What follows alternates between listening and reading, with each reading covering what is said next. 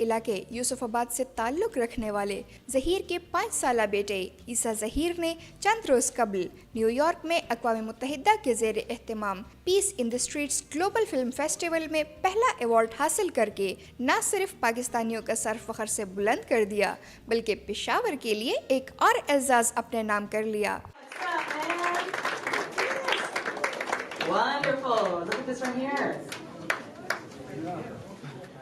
New York میں منعقدہ UNO کے زیر اہتمام 8 سال سے کم عمر کیٹیگری میں پشاور سے تعلق رکھنے والے 5 سالہ عیسیٰ ظہیر کی 2 منٹ کے مختصر دورانیے کی فلم بچوں سے مشقت لینے اور ان کی تعلیم کے حوالے سے تھی۔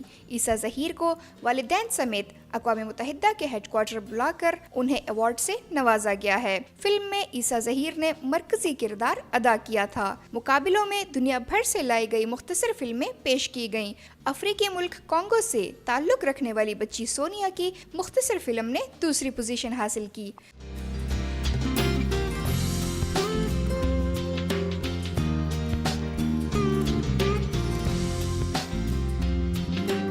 عیسیٰ ظہیر ان دنوں نیو یارک میں ہے۔